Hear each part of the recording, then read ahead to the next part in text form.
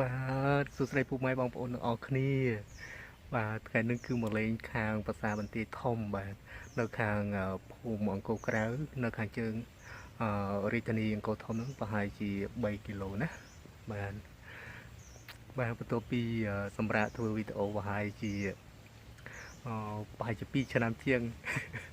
បាទយូរមែនតើណាបាទបាទចាប់ពីថ្ងៃហ្នឹងទៅប្រហែលជាធ្វើវីដេអូជាប់រហូតអញ្ចឹងណា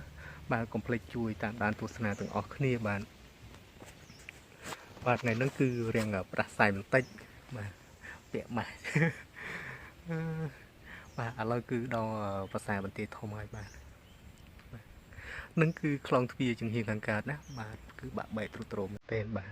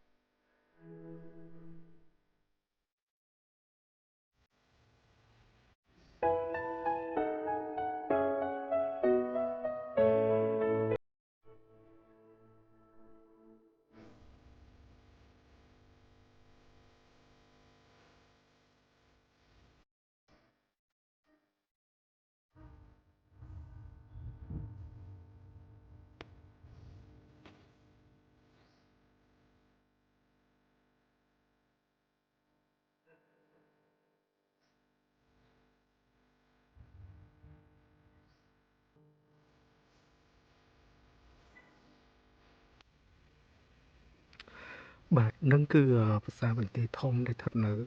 ខាងភូមិអង្គរក្រៅបាទភាសានឹងគឺស្ថិតនៅក្នុងព្រៃ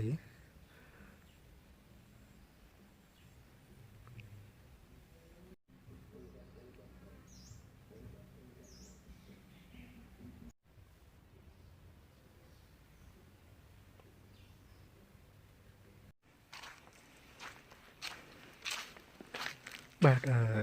នឹងគឺនៅជំហានខាងលិចហ្នឹងបាទគឺបាក់បែកទ្រុឌទ្រោមខ្លាំងមែនទែន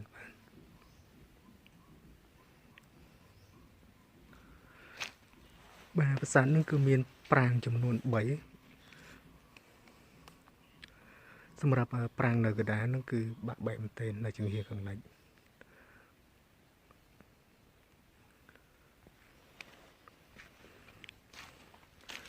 បាទស្ងាត់មែនទែនប្រាសាទនឹងគឺស្ថិតនៅក្នុងព្រៃ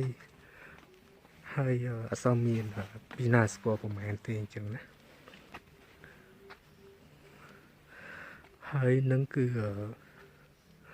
រោងទងដែលព័ទ្ធជាមួយប្រាសាទ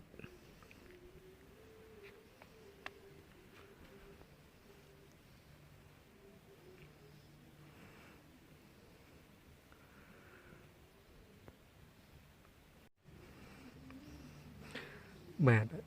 មានភ្ញៀវគាត់មកទស្សនាម្នាក់ដែរជនជាតិ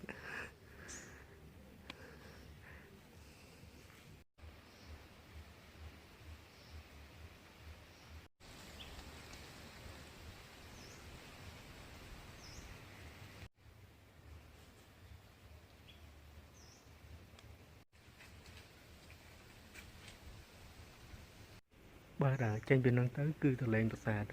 ព្រៃប្រាសាទឬក៏ប្រាសាទតាអួនទៀតបងប្អូនបាទគឺនៅឆ្ងាយពីនឹងប្រហែលជា2គីឡូបាទអូខេតែប៉ុណ្ណឹងបាយបាយ